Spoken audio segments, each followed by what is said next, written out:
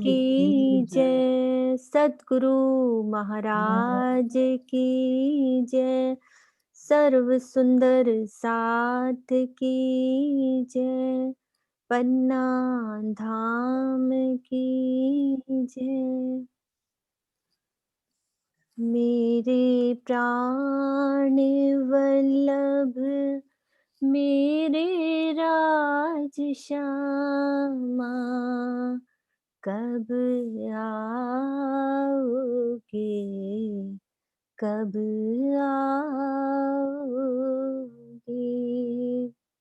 मेरे राज रसिक मेरे श्याम श्यामा, कब आओगे,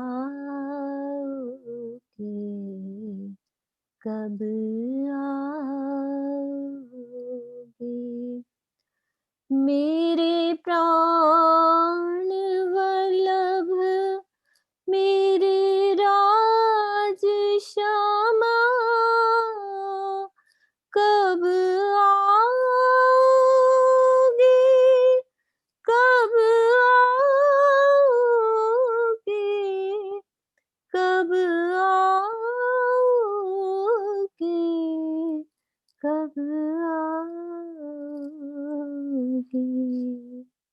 मेरे राज रसिक मेरे श्याम श्यामा।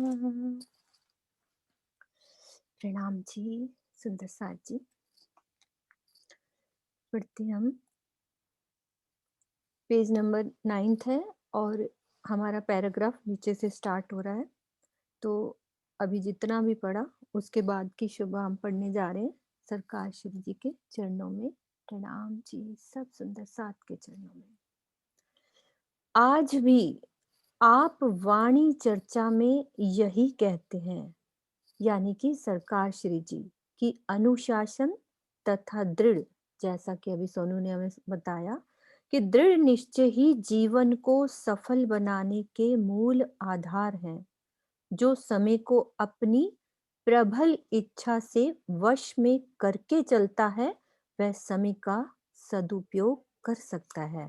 कि हमें समय की महत्ता को जानना है, अपना टाइम वेस्ट नहीं करना।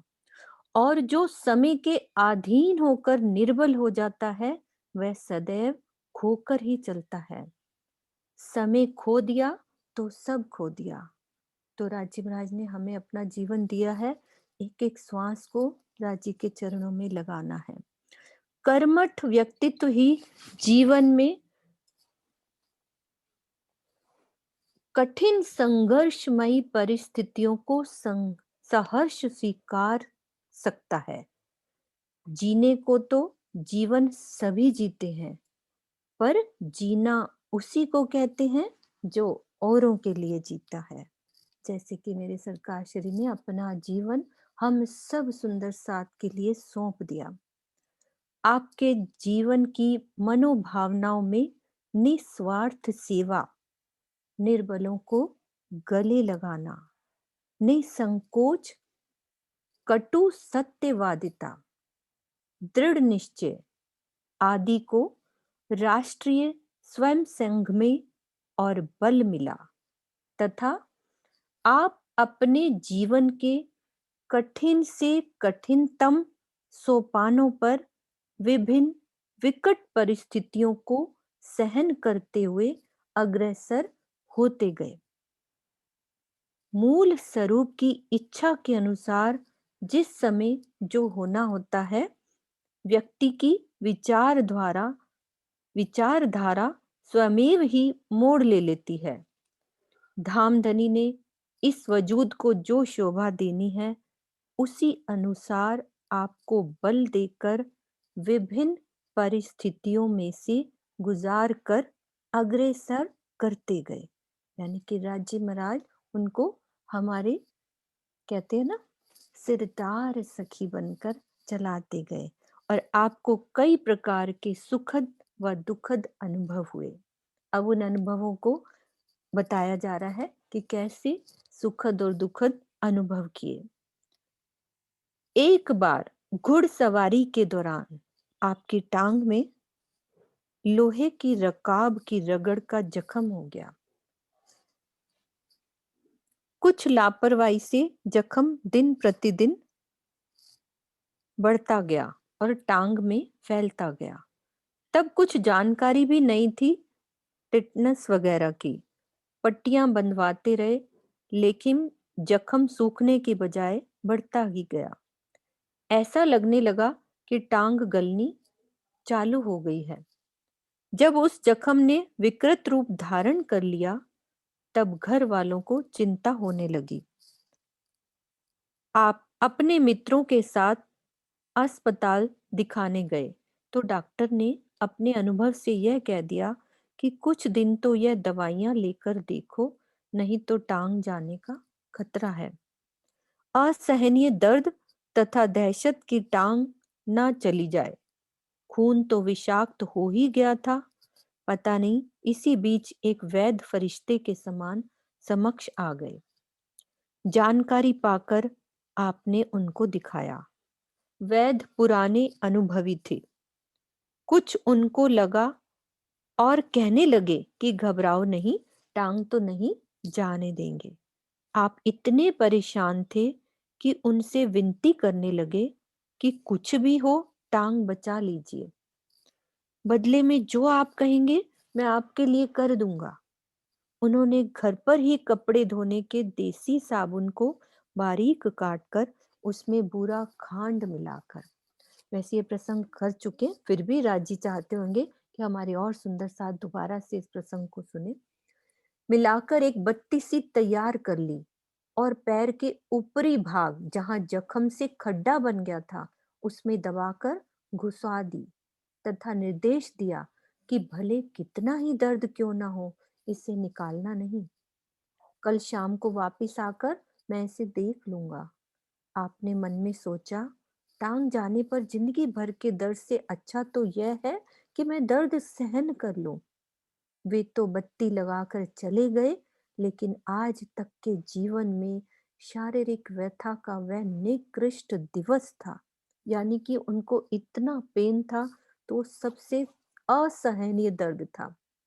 आज भी वह था जब याद आती है तो रोंगटे खड़े हो जाते हैं। रात भर की दर्द सहन करने के पश्चात सवेरा कुछ कुशलता लेकर आया। दर्द में 50% आराम था। शाम को जब हकीम जी आए तो उन्होंने पूछा और खींचकर बत्ती बाहर निकाल दी। उनके अनुसार उसके साथ अनगिनत कीटाणु बाहर निकले और मरे। एक बत्ती इसी प्रकार और लगाकर वे चले गए। फिर अगले दिन उसे निकाला और कुछ दिन मरहम पट्टी करके टांग की जख्मी स्थिति को सुधार दिया। आप अत्यधिक कृतार्थ महसूस करने लगे तथा वैद्य जी को मनुहार करने लगे कि आप मुझे कोई सेवा का मौका देवें। वैद्य जी ने भी दिल में कुछ सोच रखा था कि इससे कुछ कार्य करवाएंगे। हकीम साहब राम के भक्त थे। जगदीश चंद्र जी यानी कि मेरे सरकार श्री जी लंबे चौड़े सुडौल शरीर को देखकर चाहने लगे कि राम जी की रामलीला में इनसे कोई किरदार निभाने को कहेंगे। उन्होंने बातों ही बातों में आपसे रामलीला में अभिनय का वचन ले लिया। धनी की राह से विमुख हुए आपने उन्हें अपनी स्वीकृति दे दी। लीला का एक पहलू यह भी अति रोमांच था तथा आगे दिशा दर्शाने वाला सिद्ध हुआ। तो ऐसी कठिन स्थिति, जैसे कि हमने भी अनुभव किया, एक बार सरकार श्री जी के साथ हमें डलहौजी जाने का बहुत अच्छा अनुभव मिला, जिसमें हम सरकार श्री जी के साथ 25 दिन वहीं रहे थे। आप ये सोचो, उसके बाद जब डलहौजी से आ गए थे, उसके बाद वो सीधा हॉस्पिटल ही गए। फाजिल्का जाने के बाद उसके बाद वो चर्चा उन्होंने शायद एक ही चर्चा करी होगी। तो वो हमारे 25 दिन कैसे बीते थे कि जैसे वो क्या करते थे, हम सुंदर साथ थे, 12 सुंदर साथ थे। तो क्या कहते थे सरकार कि खाना मैं बनाऊंगा आप सबके लिए। एक हम होते थे, एक सुमन भाभी, हम तीनों जने रसोई में सुबह उठते ही सोचो डायलिसिस करते ही सीधा कहते मैं सेवा करने आया हूँ यहाँ पे, तुमने बहुत सेवा करी है, आज मैं सेवा करूँगा। तो डायलिसिस करते ही सीधा रसोई घर में अपने हाथ से खाना बनाते थे, अपने हाथ से। हम बोलते थे नहीं सरकार आप पीछे हो, आपके कपड़े गंदे हो जाएँगे। कड़छी को हिलाते थे तो ज़ोर से कि कपड़ों पे थोड़े वो दाग भी लग जाते थे हल्दी के। तो मैं कहती थी सरकार श्री ये कैसे आपने काम किया है? हम तो बड़े प्रेम वाली जो है थे ना सरकार से ऐसा मतलब कि घर जैसे ऐसे रहते थे, तो सरकार श्री को कहती थी सरकार देखो कपड़े पे सारे आपने हल्दी के दाग लगा दिए, अब धुलेंगे भी नहीं, वहाँ पानी भी कम होता था, वहाँ पे डलहौज़ी में क्योंकि ठंड से वहाँ पानी की कमी होती थी। कहते अरे भई ये दिखेंगे ऐसा लगेगा ना मैं रसोई में कुछ काम करके आया हूँ, तो गंदे होने दो, कोई बात नहीं। तो कहने का भाव ये है कि जो एक दर्द जो उन्होंने सहन किया वो हमने देखा डायलिसिस करते ही सीधा बाहर आते थे और सेवा करनी, फिर सबका खाना-वाना तैयार करके फिर सुंदर साथ को उठाते थे। कि अब उठ जाओ, चलो नाश्ता बन गया है। हम 12 सुंदर साथ होते थे। उनके साथ रहे थे 25 दिन लगातार और जो उन्होंने लाड दिए अपने साथ रह के, तो मुझे तो एक ही चुप आई कि मेरे बाले से बुढ़ापे लग, मेरे सिर पर खरे सुभान। तो बचपन भी उनके साथ बीता, तो आज भी उनके साथ ही बीत रहा है, मेरे सद्गुरु के चरणों में। थोड़ा-सा और पढ़ती हूँ, फिर उसके बाद दूसरे सुंदर साथ पढ़ेंगे। खलनायक के रूप में चरित्र नायक हमारे इस युग के चरित्र नायक ने उस समय अपने अभिनय का एक अच्छा परिचय दिया। आपके अभिनय की साख व प्रशंसा दर्शकों ने मुक्त दर्शकों ने मुक्त हृदय से की। आप प्रणामी मंदिर में हुए व्यवहार से पहले ही खिन्न थे और यहाँ पर रोचकता भी थी और जीवनदाता वैद्य जी के प्रति कृतज्ञता का भाव भी था। पूर्ण रूप से अपने चरित्र को आपने बड़े ही कुशल ढंग से दिल से तन में होकर निभाया। इसी वजह से आप शहर में रहकर हनुमान चालीसा तथा रामायण ग्रंथों का भी बड़े ध्यान से अध्ययन करने लगे। नाटक के मंच पर आपको दशरथ तथा सुग्रीव का रोल दिया गया। अपने अभिनय में यथार्थता तथा सजीवता डालकर आपने दर्शकों का मन मोह लिया। इधर जैसे ही अन्य रिश्तेदारों के द्वारा माता-पिता का पता चला, तो लगे बेटे पर बिगड़ने। समाज वाले पिताजी को भला-बुरा कहते तथा पिताजी लेकर डंडा बेटे पर सवार होने लगा।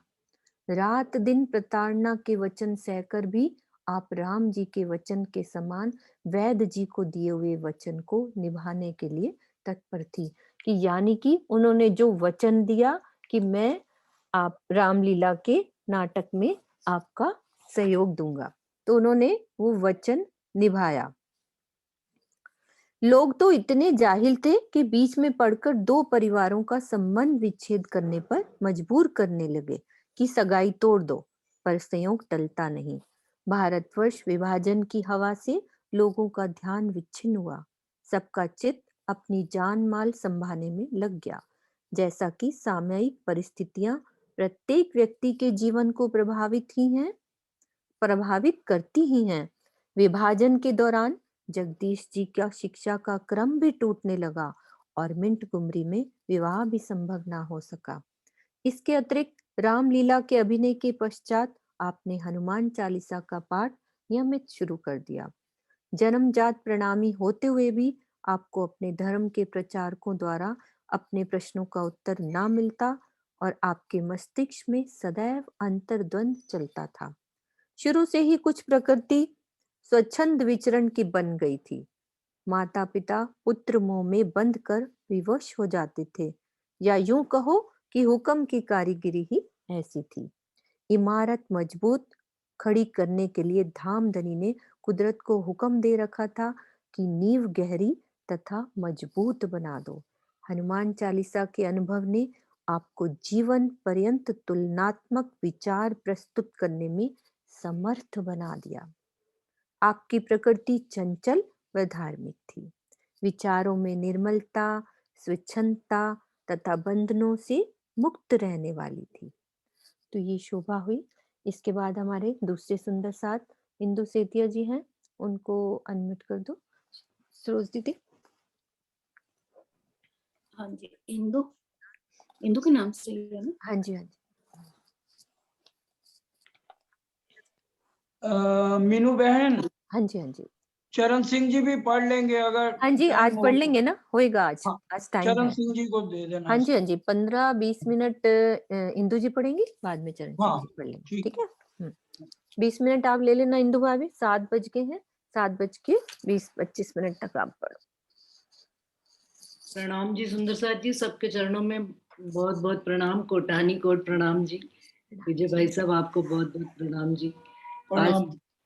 सुंदर साथ जी, आज हमें भी मौका मिला है हमारे सदगुरु सरकार श्री जी के बारे में पढ़ने का, उनकी जीवन यात्रा को सुनाने का। ये बड़ा सौभाग्य का दिन है कि वैसे तो जीवन में पिछले जीवन के 10 वर्ष वो जयपुर में हमारे घर में ही आते रहे, परंतु जैसे कहा जाता है ना सुंदर सा जी, थोड़ा सा मैं अपना भी पहले थोड़ी सी भूमिका बना दूं।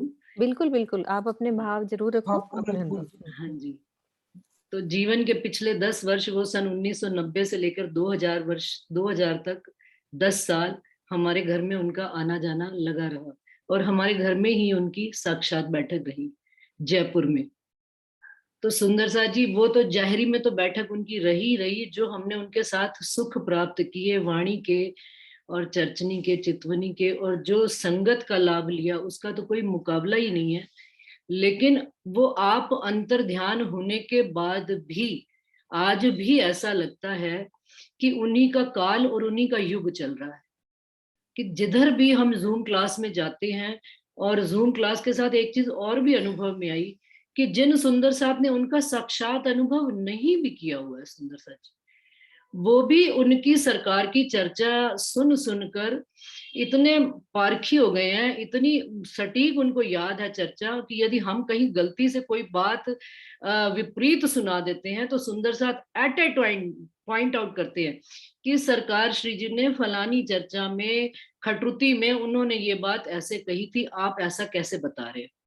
तो सुंदर सा जी, ये कहने का प्रसंग ये है कि हम लोग तो सरकार के साथ रहे, सरकार का संग किया 10 साल, अर्जुन की भांति हम लोग सब सुंदर सा जो हम सब मिलकर उनके संग रहे हैं। लेकिन आज के समय में एकलव्य की भांति भी, जिन्होंने सरकार श्री जी के स्वरूप को बनाकर पूरा ज्ञान उनकी वीडियो कैसेट्स के माध्यम से भी खूब खूब लिया है, और बिल्कुल उनकी आत्मा में जागृति भी पूरी की पूरी ही वैसी आ रही है।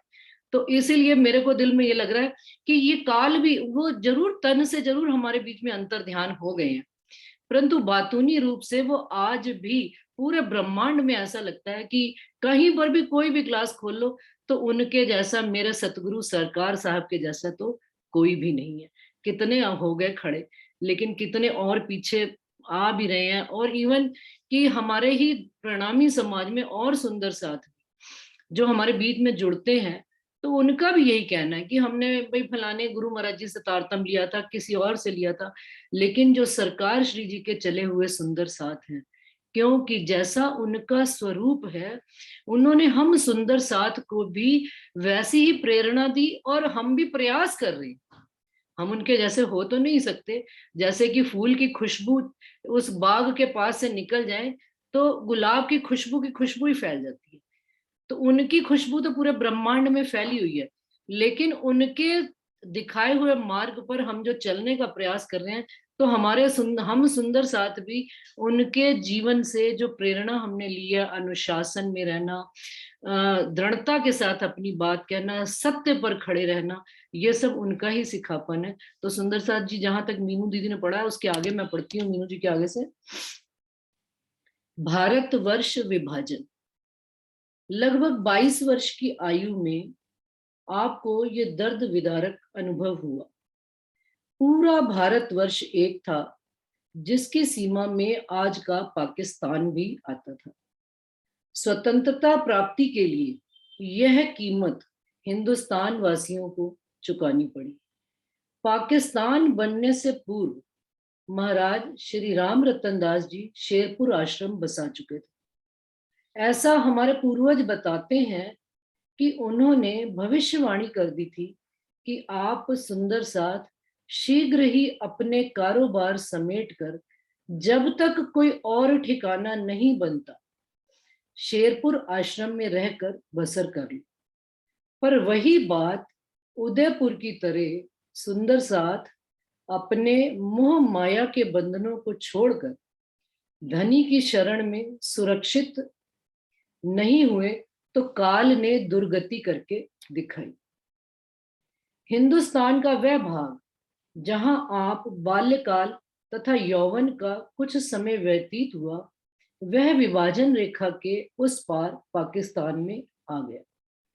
अपने परिवारजनों के साथ काफिले में पैदल लगभग 5 दिन में 200 किलोमीटर पग यात्रा भूखे प्यासे रहकर भारतवर्ष की सीमा में प्रवेश करके कुछ चैन की सांस ली।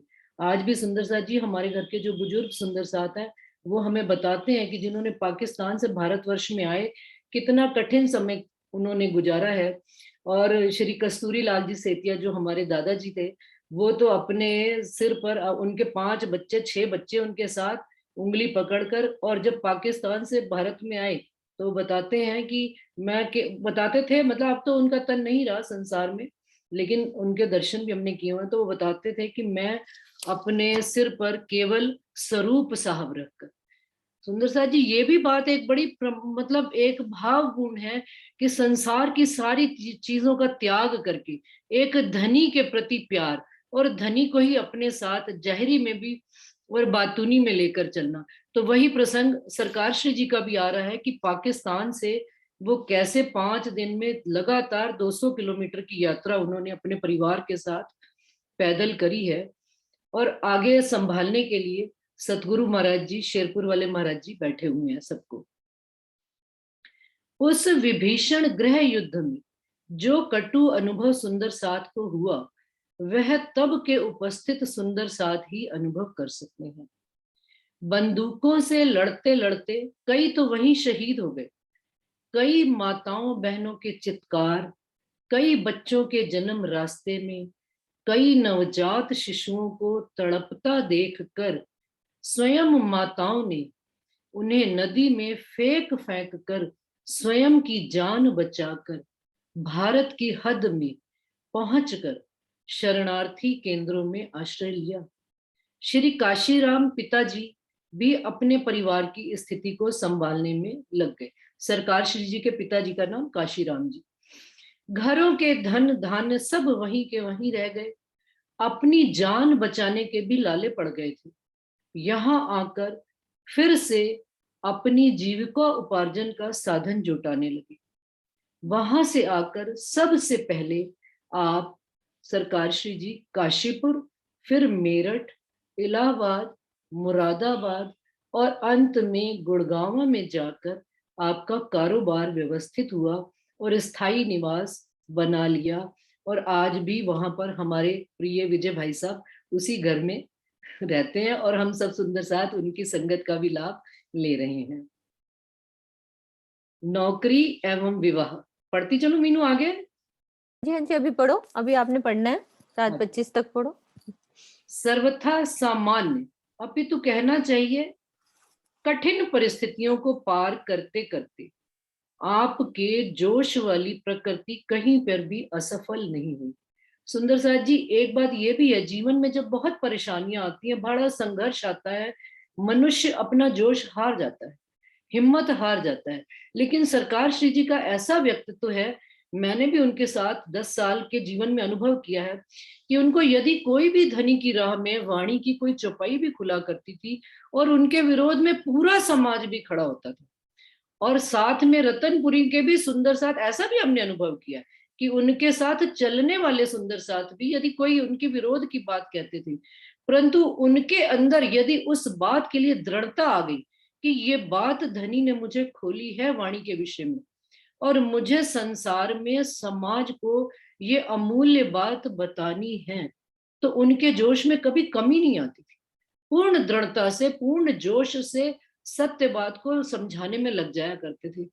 इवन यहाँ तक कि सरकार श्री जी कभी कोई एक चौपाई अटक जाती थी तो उस चौपाई को शहर शहर जब जाया करते थे, वही चौपाई टॉपिक दे दिया करते थे सुंदर साथ को, कि सुंदर साथ जी ये वाली चौपाई आपने इसका मंथन करना है। और उस चौपाई से रिलेटेड फिर वो जब रतनपुरी में भंडारा होता था, साल भर उस चौपाई का मंथन चला करता था सुंदर साथ जी। और सरकार किसी को अपने दिल का भेद नहीं दिया करते थे, जो उन्होंने उस मंथन से, चौपाई से भाव निकाला होता था।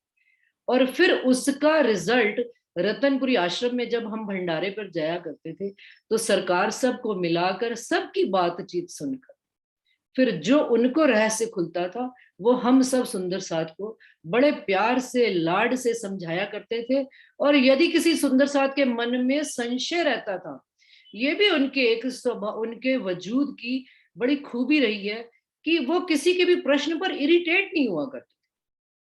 कोई भी छोटे से लेकर बड़ा उनसे कोई भी प्रश्न पूछे बड़े प्यार से, बिल्कुल प्रारंभिक स्तर का भी प्रश्न हो, तो वो ये कभी नहीं सोचते थे कि मैं इतनी उच्च अवस्था में, आत्मा की अवस्था में हूँ, परमहंसों की अवस्था में वो रहते थे। परंतु वो साधारण सुंदर साथ के भी बिल्कुल साधारण से प्रश्न का भी इतने प्यार से उसको बैठा कर जवाब दिया करते थे। उसका प्रतिफल स्वरूप आज हम सुंदर साथ जो आज आप सबके सामने बीच में बैठकर इतना निशंक होकर, इतना कॉन्फिडेंस से हम लोग कोई बात कह पाते हैं, तो ये सब हमारे सरकार श्री जी की हम सबको देन है सुंदर साथ जी। मनोबल की छटा ने हर स्थिति को सहर्ष स्वीकार कर लक्ष्यमयी जीवन व्यतीत किया। 25 दिसंबर 1948 को लगभग 23 वर्ष की आयु में आपका विवाह सामान्य स्थितियों में संपन्न हुआ। यहाँ तक कि आप अभी तक पिताश्री जी की कमाई पर ही निर्वाह करते थे। विवाह पश्चात यह गलानी होने लगी कि कब तक पिताश्री पर बोझ बनकर उनकी व्यापार चलने की प्रतीक्षा करता रहूंगा। छोटे भाई बहन भी हैं, पिताश्री तो पिछले छोड़े हुए आर्थिक साधनों को ही याद कर करके बिलखते रहते हैं। ज्येष्ठ पुत्र भी आप ही हैं। यहाँ विभाजन के पश्चात अभी तक पूरे भारतवर्ष में त्राही त्राही मची हुई थी। देखिए, ये जिम्मेदारी का पक्ष उनके जीवन में प्रारंभ काल से था। जिम्मेदार वो उनके वजूद, उनका प्रारंभ से रहा था कि परिवार के प्रति भी वो पूर्ण जिम्मेदारी निभा रहे हैं। ससुराल पक्ष भी उन्हीं विकट परिस्थितियों में से गुजर रहा था। शिक्षित पत्नी श्रीमती कृष्णा माताजी तथा आप दोनों ने निर्णय लिया कि पिताजी के व्यापार की आस छोड़कर जो भी सरकारी नौकरी मिलती है उसे अपना कर घर का गुजर बसर करते हैं। आपकी नौकरी डाक तार विभाग में तथा श्रीमती जी की एक विद्यालय में अध्यापिका की लगी। घर में थोड़ी संतावना हुई कि खाने और पहनने का साधन तो बना। आपका भी ट्रेनिंग काल था। अप्रैल 1949 में आपको इलाहाबाद में RMS में नौकरी मिल गई। आत्मसम्मान ने जोर पकड़ा और अपनी पत्नी को आदेश दे दिया कि कोई नौकरी करने की आवश्यकता नहीं है, बस घर की देखरेख, बच्चों का लालन पालन करना ही स्त्री का मूल धर्म है। उन्हें वहां त्याग पत्र देना पड़ा तथा उन्होंने भी पति के हाल में ही रहने का मानस बना लिया। सुंदर साथ जी, इस यहाँ पर मैं एक लाइन माता जी के लिए जरूर कहूंगी। हर कामयाबी के पीछे कहा जाता है स्त्री का हाथ होता है। तो माता जी ने, कृष्णा माता जी को भी हमने जीवन में उनका संग भी पाया है। तो उनके जीवन, एक स्त्री प्रेरणा का स्वरूप होती है। माता जी ने सरकार श्री जी के जीवन में हर स्थिति में उनको पूर्ण सहयोग किया। इस कारण से वो हमारे सरकार श्री बन सके। ये भी माता जी का एक छिपा हुआ योगदान रहा उनके जीवन में। और सरकार श्री जी उनको साथ में लेकर सारा जीवन चले भी हैं अपने साथ। दुखों की घनघोर घटा शायद इंद्रधनुषी रंग बिखरने से पहले आती है। अनेक का अनेक दुखों को सहन करता हुआ आपका व्यक्तित्व निखरता चला गया। जैसा कि हम जानते हैं, दुख बिना न होवे जागनी, आपकी वही स्थिति चल रही थी। और सुंदर सा जी एक चौपाई भी आती है दुख थे विरहा उपजे, विरहा प्रेम इश्क, इश्क प्रेम जब आया तो नहचे मिलसी हक। तो धनी उनको दुख की अग्नि में तपा तपा कर सोना बना रहे थे। ये बात शायद अभी सरकार श्री जी को खुद भी नहीं पता थी। धीरे धीरे जैसे वो जीवन काल में आगे बढ़ते चले जा रहे हैं और उनका हम ये जीवनी पढ़ते चले जा रहे हैं, तो हमको भी एहसास होता चला जा रहा है कि जिस तन को धनी ने सेवा के लिए सेलेक्ट कर लिया, चुनाव कर लिया, उसको तपा कर 16 बार, एक बार सोने को तपा कर एक कोई आभूषण का आकार लेता है। तो सतगुरु महाराज के सरकार श्री जी के तन को भी उन्होंने इसी प्रकार धनी ने तपा तपा कर निखार रहे हैं। सुंदर साहब जी।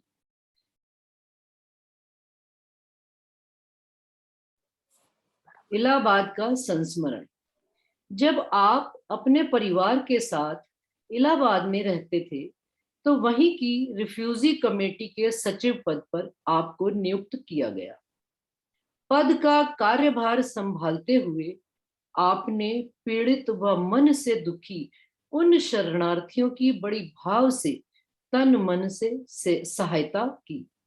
हालांकि आप स्वयं भी उन परिस्थितियों से गुजर रहे थे, जैसा कि कहा जाता है दर्दी दर्दा जानही, फिर भी अपने जैसा एहसास लेकर आप उनकी सेवा में जुट गए। इधर आपका झुकाव रामायण तथा हनुमान चालीसा में अधिक था। शायद काल की गति को ऐसा ही मंजूर था, अतः आप सनातन धर्म के लोगों के साथ अधिक मेल जोल रखने लगे। प्रणामियों से तो आप व्यवहार के आधार पर पहले ही खिन्न हो चुके थे। धीरे धीरे तो समाज वाले आपको उनका ही सदस्य मानने लगे। कौन से? सनातन धर्म वाले। आपका भी मन वहीं लगता था।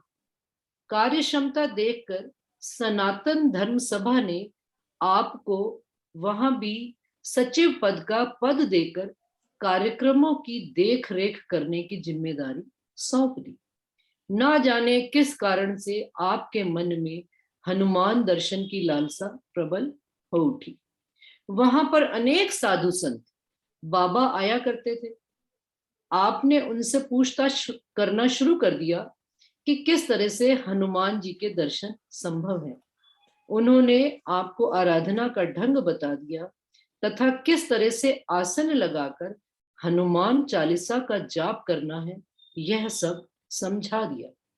आपने भी दृढ़ संकल्प कर लिया कि हनुमान दर्शन करके ही शांति मिलेगी।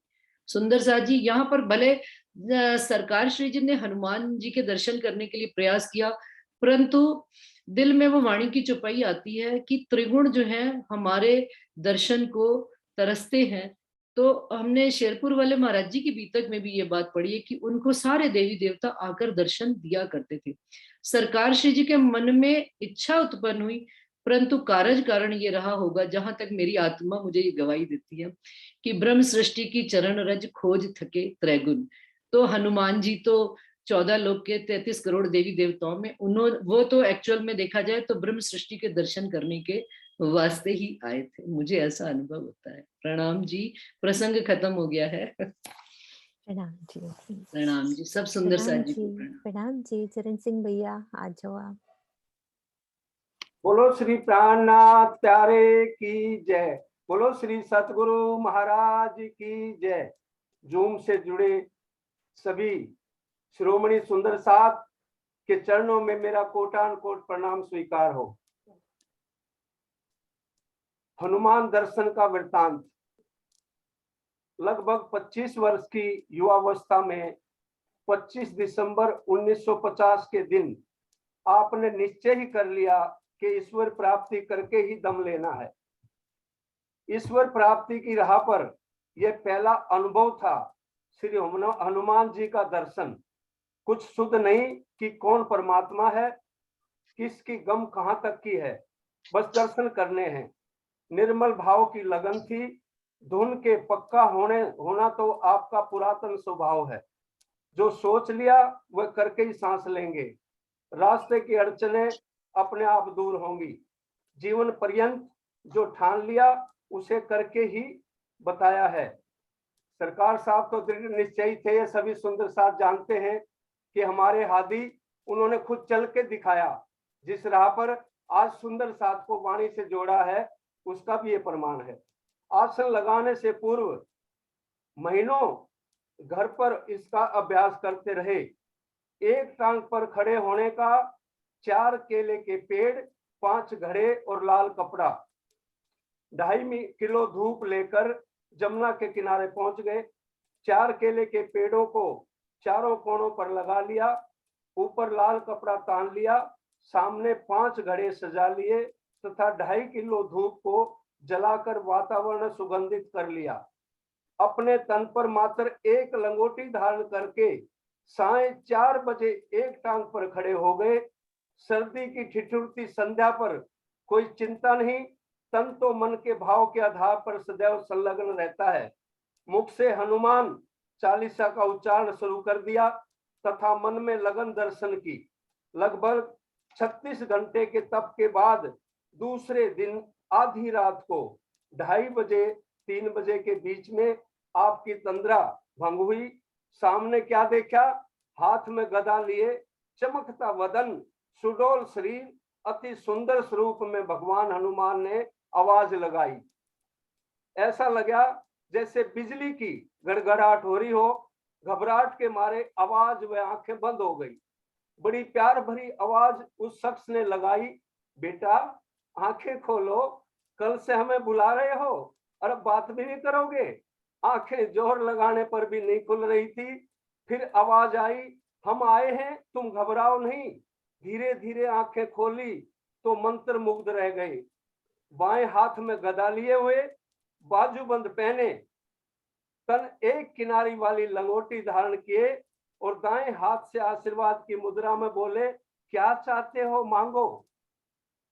बहुत डर से धीरे से फिर सिर हिलाकर ना का उत्तर दे दिया। दोबारा फिर बोले, कुछ मांगना है तो मांग लो। कुछ साहस करके आपने जवाब दिया, कुछ नहीं चाहिए। फिर तीसरी बार उन्होंने कहा, जब आखिरी बार बोल रहे हैं, जो चाहिए मांग लो। बस यही जवाब आपके मुख से निकले, कभी भी अपने से जुदा नहीं करना।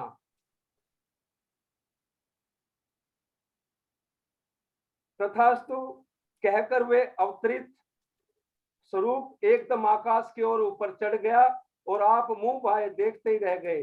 अपने आसन की भी सुध नहीं, एकदम अकड़े हुए पांव को धीरे से हिलाकर नीचे टिकाकर बैठ के और उसी स्वरूप को मन में व चित्त में उतारने लग गए, जो एक जीवन का संस्मरण बनकर रह गया। कुछ समय पश्चात उजाला होने लगा। धीरे धीरे किसी भांति घर आए।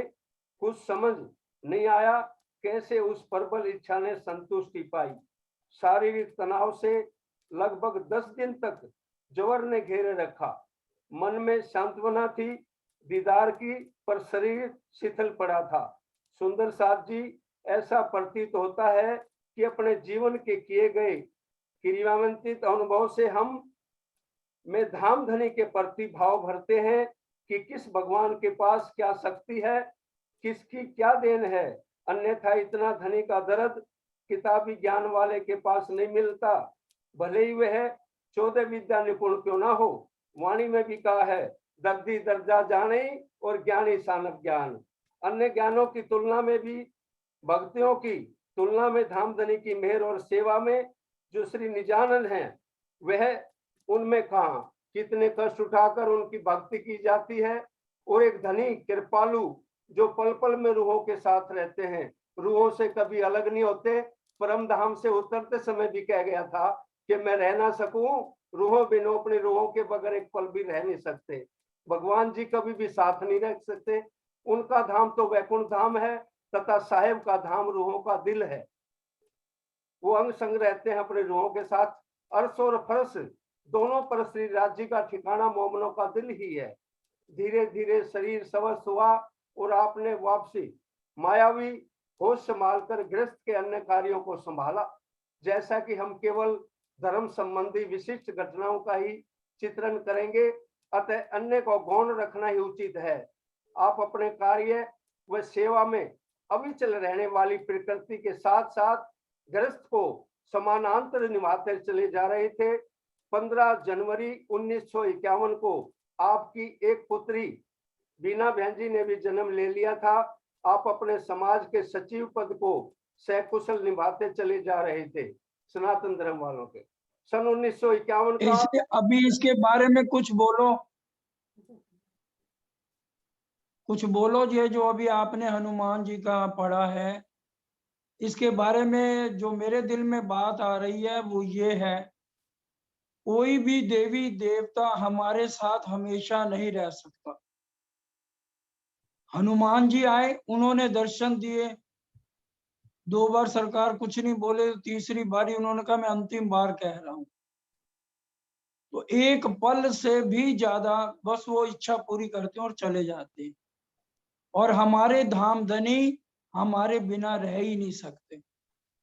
लेकिन ये क्यों बताया जा रहा है कि ये देवी देवताओं का भी अगर हम पूजन करें तो ये सिर्फ सांसारिक इच्छाएं या जो मन में बात है उसी को ही पूरा कर सकते हैं, लेकिन हमेशा हमारे साथ ये नहीं रह सकते।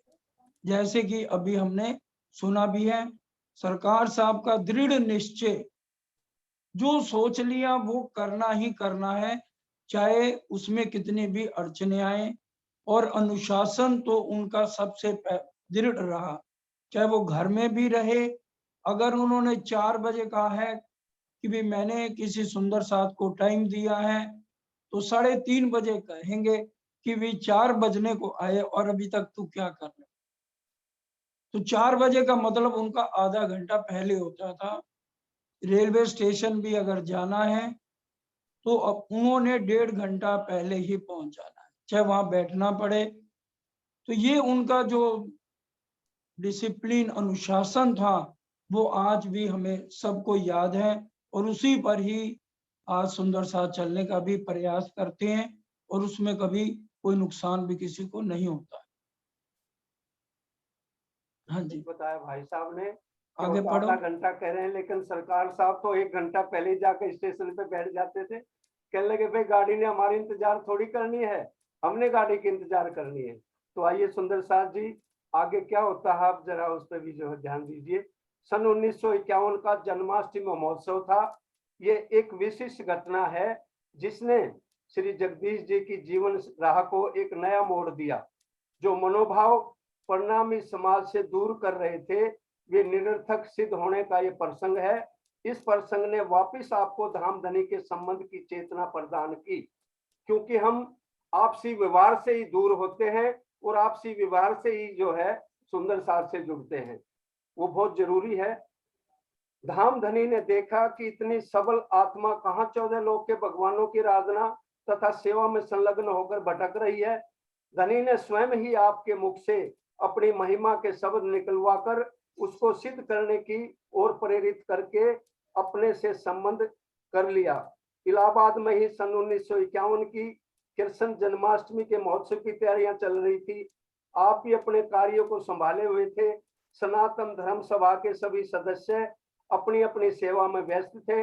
सभा के अध्यक्ष श्री हंसराज जी, इलाहाबाद वाले श्री हंसराज जी, जो बाद में घर बार छोड़कर हरिद्वार में सच्चे दरबार आश्रम में व्यवस्थापक रहे, उनके साथ आप मंच की मंडप की सजावट में लगे हुए थे। बड़े भावुक होकर श्री हंसराज जी बोले, वाह मेरे भगवान विष्णु, तेरी भी अजब लीला है। पाकिस्तान बना फिर भी तेरी सेवा का सारा नहीं छूटा। ये अगर छूट जाता तो जीवन ही नरक हो जाता। पता नहीं कैसे श्री राज जी ने आपके मुख से जवाब में कहलवा दिया कि किस विष्णु की महिमा गाते रहते हो, जहां हमारा परमधाम है वहां तो विष्णु भगवान नहीं जा सकते। बस कहते स्वयं ही डर गए कि ये क्या कह दिया। पर तब ये समझ नहीं आया कि मैंने नहीं कहा, कहलवाने वाला कोई और है। अब क्या था, बात तो मुंह से निकल चुकी थी, तीर कमान से निकल चुका था। संदसाद जी, हंसराज जी भी सुनते ही तमक पड़े। उनकी भावना को जो ठेस पहुंची थी, एकदम क्रोधित होकर बोले, तुमने ये क्या कहा है, भगवान जी की बेइज्जती कर दी। आज ही मीटिंग बुला करके इस बात का खुलासा होगा। तुम्हें सभा से और क्वार्टरों से बाहर ना निकलवा दिया तो मेरा नाम नहीं। उनको उत्सव का कार्यक्रम तो भूल गया, बस ये बात चुभ गई थी। सायंकाल तक ही सब सदस्यों को बुलाकर बात उनके सामने रखी। हमारे भगवान की शान के खिलाफ ऐसा बोलने वाला मंत्री पद पर कैसे रह सकता है और सदस्य कैसे? आपने बड़ी निडरता से अडिग होकर जवाब दिया कि इस उत्सव के संपन्न होने के पश्चात उस बात का उत्तर ग्रंथों के प्रमाणों के साथ दूंगा। सबने ये स्वीकार कर लिया और वापिस उत्सव की तैयारी में लगकर बड़ी धूमधाम से उत्सव मनाया गया। ट्रस्टियों ने दोबारा सभा बुलानी थी। इस बीच आप वहां के कई परिणामी सुंदर साथ के पास अपनी बात की पुष्टाई के लिए तथा तथ्य पूछने गए, पर कोई संतोषजनक उत्तर मिलने की अपेक्षा सबके डांट ही मिलने लगी कि तुमने विष्णु भगवान के लिए अपशब्द क्यों कहे। लेकिन आपको अंदर से न जाने क्या दृढ़ता थी कि सब ठीक हो जाएगा। जिसके पक्ष में ये बात कही है वही अपने आप संभालेंगे, पूरा विश्वास था। सभा में फिर आपको बुलाया गया और वही प्रश्न कि आपने कैसे कहा सिद्ध करो कि वरना क्षमा मांगो। सरकार साहब कहाँ क्षमा मांगने वाले थे। जब कुछ समझ नहीं आया तो राज्य ने फिर कहलवा दिया कि 40 दिन बाद में आपको शास्त्रों के आधार पर उत्तर दूंगा और आप भी अपने संतों महाराजों को बुला लेना। सभा समाप्त हुई। बस्ती में इसी बात का शोर मचा हुआ था। आप वैसे तो निडर थे, परंतु अभी तक कोई राह नहीं दिख रही थी। आपने अपनी धर्मपत्नी श्रीमती कृष्णा से जब ये बात की तो उन्होंने एक विचार दिया कि शरद समैया पर हम श्री पन्ना जी चलते हैं। वहां पर परिणामी समाज के बड़े बड़े विद्वान और महाराज लोग आपकी बात का समुचित उत्तर बता देंगे। इस बात से कुछ मन शांत हुआ। पूज्य माता पिता जी को जब आपने पन्ना जी जाने का समाचार दिया तो वो भी बहुत खुश हुए कि बेटा श्री पन्ना जी जा रहा है, तो वो भी साथ जाने को तैयार हो गए। पूर्ण ब्रह्म की खोज, ये खोज का प्रसंग है सुंदर साथ जी। शरद समैया से एक दिन पहले ही आप अपने परिवार के साथ पद्मावतीपुरी धाम पहुंच गए। अमराई घाट तथा किलकिला नदी का नजारा देख देख कर आपको ऐसा आत्मिक आनंद अनुभव होने लगा कि मैं तो अपनी किसी चिर परिचित जगह पर पहुंच गया। उसी दिन सायंकाल आप लोग मंदिरों में दर्शन हेतु पहुंचे। गुम्मट साहब के अंदर सिंहासन की सजावट की अजब छटा देखकर आपका मन वहीं पर संलग्न हो गया। आज तक कहीं भी ऐसी अनुपम शोभा नहीं देखी थी। वहां पर आपको ये देखकर अत्यंत आश्चर्य हुआ तथा प्रश्न उठा कि यहाँ पर जुगल जोड़ी क्यों नहीं सजाई गई है। फिर श्री महारानी जी के मंदिर में भी वैसी अनुपम छटा। वहां खड़े होकर आप इस विचार में पड़ गए कि कहीं भी मुझसे गलती न हो जाए, यहाँ पर प्रणाम कैसे करनी है, क्योंकि पहली बार गए थे पन्ना जी में कि कहीं कहीं भी गलती ना हो जाए तो प्रणाम कैसे करनी है। इतने में एक धामी सुंदर साथ ने वहां आकर दंडवत प्रणाम की तो आपने भी उसी भांति प्रणाम की। उस समय का सुख आप आज भी वर्णन नहीं कर सकते। बस केवल अश्रुधारा ही प्रभावित होती दिखती थी। श्री बंगला साहब का नजारा भी कुछ अलग ही था। आपने बताया कि मुझे ऐसा लगा जैसे एक राजा महाराजा का अपूर्व सिंहासन लगा हो। वास्तविकता भी श्री अक्षरातीत तो बादशाहों के बादशाह, शहंशाहों के शहंशाह इस पुण्य धरा पर अवतरित हुए हैं। चुपचाप अनुसरण करते हुए, प्रणाम परिक्रमा करते हुए, प्रसाद लेकर विस्मित भावों से बाहर निकलते आते थे। दिल दिमाग में एक ही तलाश थी कि अपने मन में व्यथा किसे सुनाऊं, कौन मेरी उलझन का हल बताएगा। कुछ राष्ट्रीय स्वयंसेवक संघ के घनिष्ठ परिचित भी वहां मिले। रात्रि हुई पर आप व्यथित मन से उधेड़ बुन में ही तो सो गए। प्रातःकाल देह क्रिया से निवृत्त होकर सब मंदिरों में दर्शन करके नाश्ता लेकर वहीं विचरण कर रहे थे। कोई तो ऐसा मिले जिससे मैं अपनी बात सुनाऊं। भटकते हुए थोड़ी देर पश्चात श्री राजेंद्र लाल जी नागपाल मिले, मुरादाबाद निवासी, पुराने परिचित थे, धर्मनिष्ठ व सच्चे व्यक्ति थे। वे आपको देखकर आश्चर्यचकित हो गए कि ये तो सनातनियों में मिल गया था और यह पन्ना जी कैसे पहुंच गए। उनसे रहा नहीं गया, पूछ बैठे कि अरे आप यहाँ कैसे। फिर एक तरफ गुम्मट जी में उन्हें लेकर आप बैठ गए और सारी अपने दिल की तथा इलाहाबाद की समस्या बताई। उन्होंने बड़े ही हेत से धीरज बंधाया और कहा कि यहाँ पर कानपुर में पंडित कृष्ण दत्त श्री शास्त्री जी आए हुए हैं, अच्छे विद्वान हैं, मैं आपको उनसे मिलवाता हूँ। हो सकता है वे आपकी दुविधा का हल बता देंगे, वे आपको इस योग्य बना देंगे कि कोई भी आपको परेशान नहीं करेगा। नागपाल जी ने आपकी भेंट शास्त्री जी से करवा दी। शास्त्री जी ने बड़े ही सरल से व सुंदर ढंग से श्रीमद् भागवत तथा बीतक साहब के 14 लोक, 5 तत्व, 3 गुण और 4 प्रकार की प्रलय के भेद समझाकर त्रिदेवा की महाप्रलय में समापन होने की स्थिति बता दी। साथ ही यह भी बताया कि एक पुस्तक जो हमने छपवाई है, श्री निजानंद चरितामृत, उसे पढ़कर सारे संशय मिटा लो। जब आपके मन को कुछ शांति मिली तथा वहीं पर वह पुस्तक खोज कर नदी के किनारे बैठकर 3 दिन में सारी पुस्तक पढ़ डाली। अब आपको यह लगने लगा कि अब तक की सारी खोज व आस्था व्यर्थ ही गई। यहीं से श्री निजानंद संप्रदाय में आपको कुछ रुचि पैदा होने लगी। वापसी का दिन आ गया। सब मंदिरों में प्रणाम करके वापस आप अपने स्थान को आ गए। जो 40 दिन का वचन दे रखा था वह समय भी पूरा होने वाला था। सनातन धर्म के सदस्यों ने अपने महाराजों को बुला रखा था। सभा बुलाई गई। कुछ तमाशबीन लोग भी वहां इकट्ठे हो गए। ऐसे में तमाशा देखने वाले भी बहुत आ जाते हैं कि देखें क्या होता है। आप अपने दृढ़ ईमान व आत्म बल व मनोबल से निश्चिंत होकर वार्ता में शामिल होने लग गए। अपनी बात के लिए धनी स्वयं ही सिर पर खड़े होकर अपनी अंगना की लाज रखते हैं। वैसा ही हुआ। सबको प्रणाम करके आपने अपना स्थान ग्रहण किया।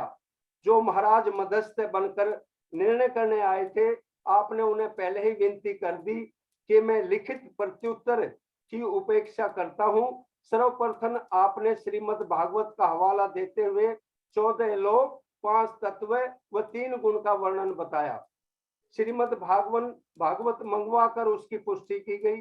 फिर आपने लिखित में 4 प्रकार की प्रलय का प्रसंग बताया तथा प्रश्न किया कि अब महाप्रलय होगी तब यह वैकुंठवासी विष्णु कहाँ होंगे, साथ बाकी सब देवी देवताओं की जिनकी आप पूजा करते हैं उनकी क्या स्थिति होगी।